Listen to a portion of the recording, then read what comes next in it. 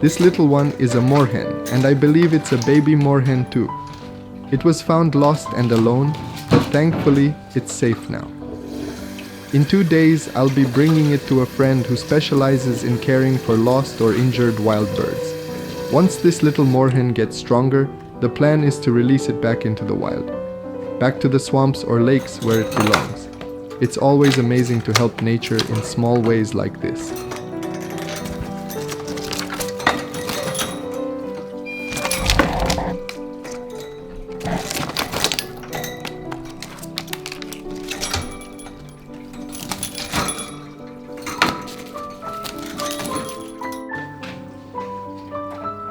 Luckily, I also keep vampire crabs, a really interesting species because they live in fresh water, but mostly stay on land.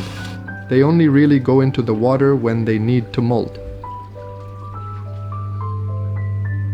Vampire crabs are actually my favorite pets, right after my budgies, of course. I absolutely love having them. They're small, fascinating, and full of personality. This is already my second generation of vampire crabs. And that's because they actually breed pretty fast if you set up the right environment for them. They don't live very long, just around 2 years, but raising a new generation and watching them grow has been such a rewarding experience. Their little world is calm, colorful, and honestly one of the most peaceful parts of my day.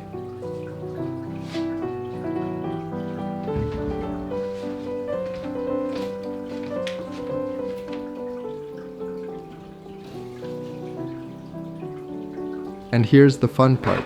Since I already have dried shrimp food for them, I'll be sharing a bit of that with the moorhen too. It's packed with protein and should be a great little treat while he's gaining strength.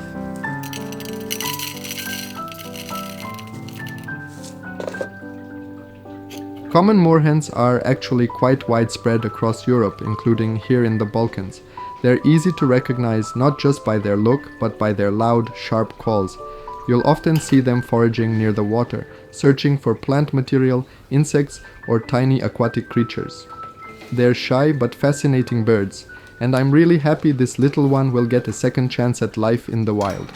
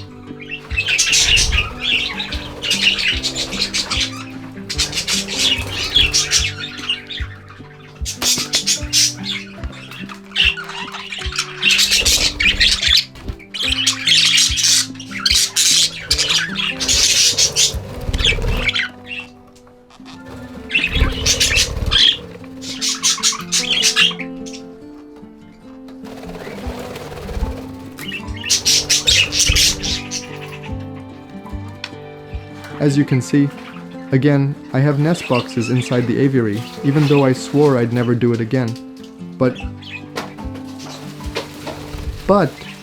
I had no choice this time. Without nest boxes, things got really chaotic. The budgies were getting restless and super destructive.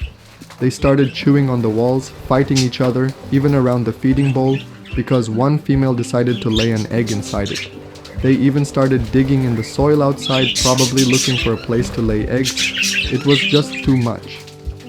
So yeah, If you want things to stay natural, there still needs to be nest boxes. And honestly, since I put them back, they've calmed down a lot, much more peaceful now. So yeah, lesson learned.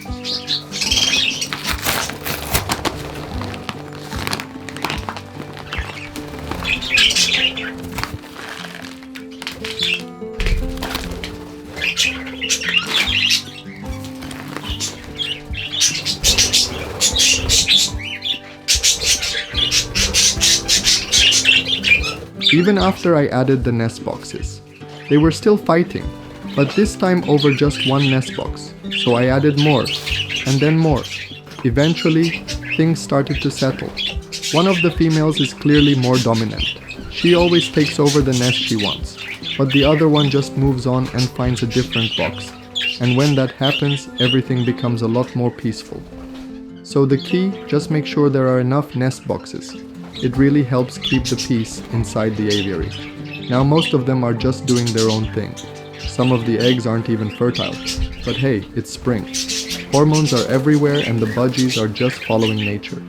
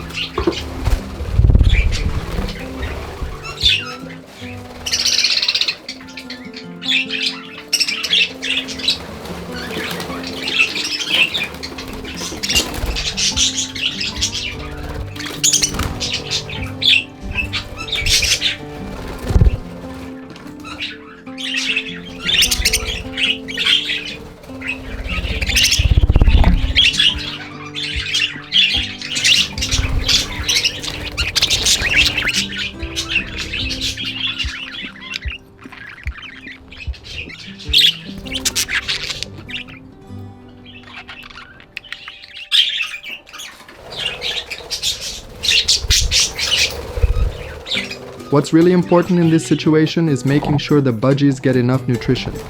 Egg laying takes a lot out of the females. It uses up a ton of calcium and energy from their bodies.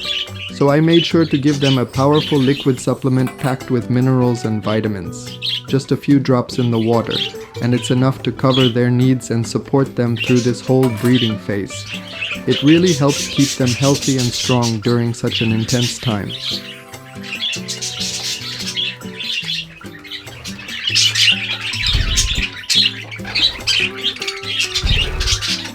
Sometimes you'll see budgies arguing. It looks like biting, but it's not really a full bite. It's kind of like when your own budgie nibbles on your fingers. It seems aggressive, but unless they unleash full power, it doesn't actually hurt. And that's exactly what I've noticed here. When females claim a nest box, they might warn off other females with a bit of beak action, but they're not trying to seriously hurt anyone. Unless, of course, another female actually goes inside the box. But like I said earlier, when you provide enough nest boxes, no female is going to go on a suicide mission into someone else's nest. They'll just find another box and move on. Problem solved, and the whole aviary stays a lot calmer.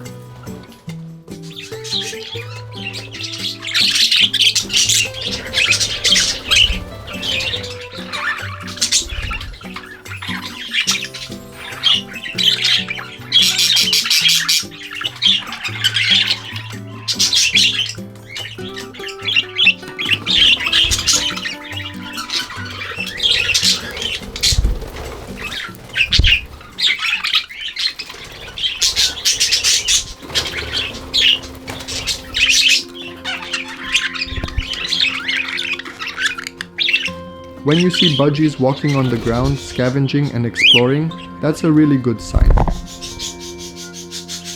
It means they feel comfortable and safe. Their natural instincts are kicking in. At that moment, they're no longer just ordinary house pets. They're in full natural mode. And honestly, that makes me really happy to see.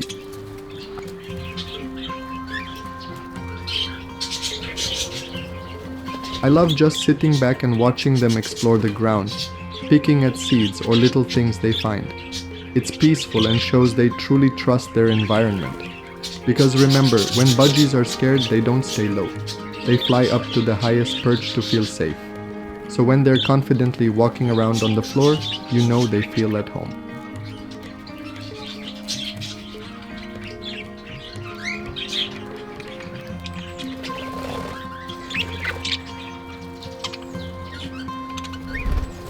And just a few days later, right when I thought the wall destruction was finally over,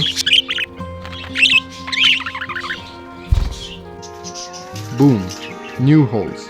Turns out, I still didn't have enough nest boxes. I actually have more pairs of budgies than I do boxes, so of course some of them started looking for alternative solutions, like digging into the wall again. So yeah, lesson learned once more.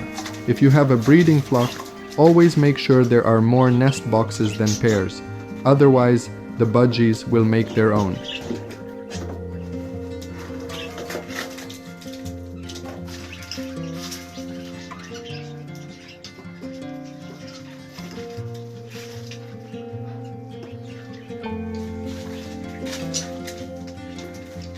It's an easy fix, sure, but that doesn't mean I should just let my budgies go through the stress of destroying walls or fighting for space. At least now, laying eggs happens in a more natural way, and let's be honest, we all love babies. But who knows what will happen next? Are the eggs even fertile? Will the chicks survive? Just because it's more natural doesn't always mean it's safe. With nest boxes in the aviary, anything can happen. That's the reality of budgie life. It's full of surprises. So for now, I'll be watching closely, keeping an eye on their behavior and doing my best to give them the safest, happiest space I can.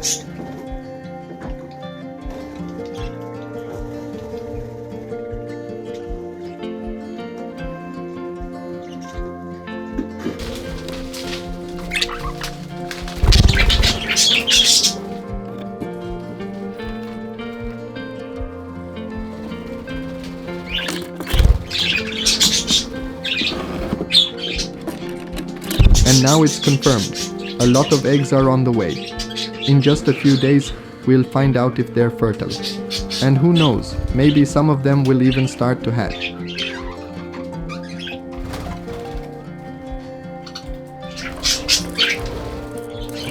It's an exciting time. There's also a chance that some of the chicks may need to be hand-fed.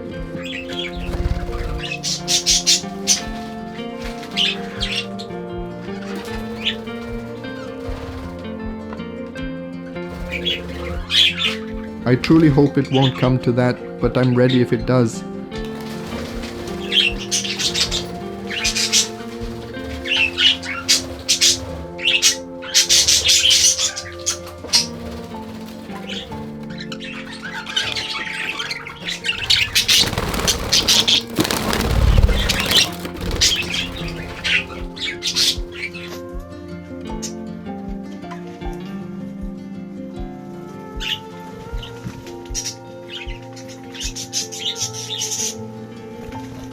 Thanks for following along, and I'll see you in the next update.